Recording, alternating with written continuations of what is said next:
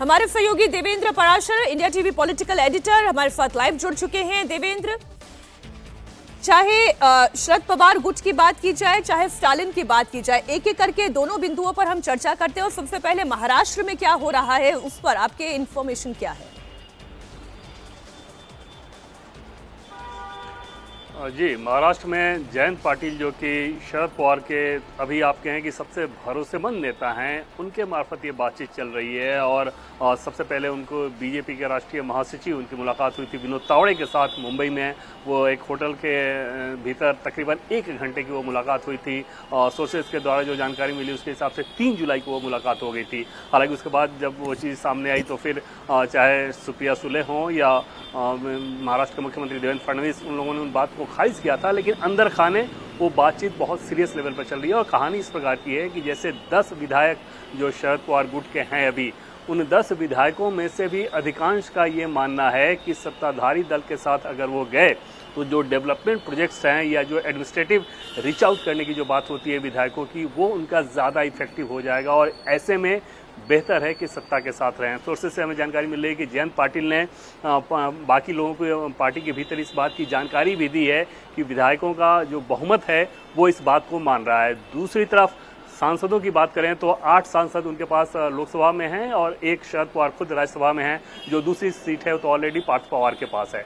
तो लोकसभा के सांसदों की भी अगर बात करें तो उनमें से कई ऐसे हैं जो कि मान के चल रहे हैं कि जो मान रहे हैं कि अगर सत्ताधारी दल के साथ रहे, चाहे केंद्र में या फिर राज्य में, तो उनकी अपनी राजनीति भी बेहतर रहेगी। और इस लिहाज से जयंत पाटिल की कल महाराष्ट्र के मुख्यमंत्री देवेंद्र फडणवीस से भी मुलाकात हुई थी। और इतना ज़रूर है कि जो सोर्सेज के द्वारा जो जानकारी मिल पा रही है उसके हिसाब से ये बातचीत बहुत एडवांस स्टेज में है। ऐसा नहीं है कि ये कोई कयासबाजी हो या कोई अफवाह हो, ये बहुत सीरियस लेवल पर ये बातचीत चल रही है। एक चीज़ ज़रूर बीजेपी को ये चिंता हमेशा ही सताती है। और पहले अजीत पवार के केस में आपने देखा कि जब ये कहा गया कि शरद पवार की मर्जी से जो हुआ था सुबह सुबह शपथ ग्रहण वाला समारोह, अब बाद में शरद पवार पलट गए, तो उसमें शरद पवार के रुख को लेकर अभी भी बीजेपी के बड़े नेता एकदम से श्योर नहीं है कि शरद पवार का फाइनल स्टैंड क्या होगा। अभी तक एक तरह से शरद पवार ने जो चुप्पी साध रखी है, लेकिन इतना तय मानिए कि अगर देवेंद्र फडणवीस से मुलाकात से पहले जयंत पाटिल शरद पवार से भी मिल रहे हैं, कल भी उनकी मुलाकात हुई थी, तो उसके अब सीधा मतलब है कि वो कम्युनिकेशन उनकी जानकारी में हो रहा है, उनकी सहमति से हो रहा है। अब अपने फाइनल पत्ते वो किस रूप में खोलते हैं वो देखने वाली बात होगी। यहाँ पर एक चीज़ और है मीनाक्षी, कि अगर सुप्रिया सुले को लेकर शरद पवार कुछ अलग स्टैंड रखते हैं और उस बात को लेकर सहमति नहीं बनती है, इसके बाद ये भी संभव है कि इसके बावजूद एनसीपी शरद पवार के गुट में एक बड़ी दो फाड़ हो जाए और एक बड़ा हिस्सा एनडीए के साथ आ जाए, जो कि आगे आने वाले दिनों में देखने को मिल सकता है। अब देखना सिर्फ ये है कि क्या ये सबके साथ होता है, मतलब ये कि सुप्रिया सुले के साथ होता है या सुप्रिया सुले के बिना होता है। जी देवेंद्र, जैसा आप जानकारी दे रहे हैं कि इस वक्त एक बड़ा हिस्सा जो है वो जयंत पाटिल के साथ खड़ा हुआ है और जयंत पाटिल भी शरद पवार के साथ लगातार संपर्क में है, तो इसका एक अर्थ तो ये समझ में आता है कि दिल्ली से भी एक मैसेजिंग ये है कि जो भी करे शरद पवार को कॉन्फिडेंस में लेते हुए करे और शरद पवार को नाराज नहीं करना है। और शरद पवार भी ये एश्योरेंस तो चाहेंगे कि सुप्रिया सुले का भविष्य क्या होगा। इसे लेकर आपकी सोर्सेस और आपकी अंडरस्टैंडिंग क्या कहती है?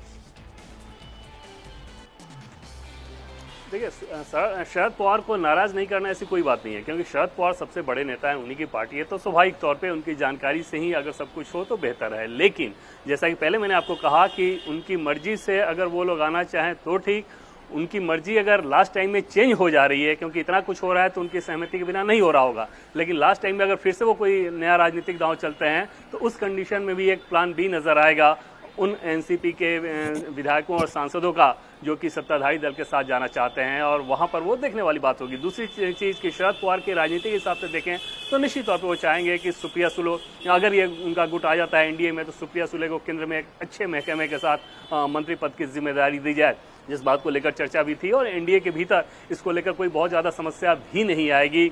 ऑलरेडी अगर आप देखें तो शरद पवार के भले ही वो अपोनेंट रहे हैं, लेकिन बीजेपी के बड़े नेताओं के साथ उनका एक संपर्क सूत्र रहा है। सुप्रिया सुले को लेकर भी कोई ऐसी समस्या नहीं है। अजीत पवार को साथ लाना एक जरूर एक समस्या उस समय ये थी कि उनके ऊपर करप्शन के आरोप बीजेपी के नेताओं ने ही लगाए थे, लेकिन सुप्रिया सुले के मामले में वैसा नहीं है, तो वो एक बहुत स्वाभाविक सी प्रक्रिया हो जाएगी। लेकिन सब कुछ निर्भर करेगा इस बात पर कि क्या शरद पवार अभी जो बातचीत चल रही है उसी को आगे बढ़ाकर फाइनल मुहर लगवाते हैं या फिर कोई नया राजनीतिक दांव चलते हैं।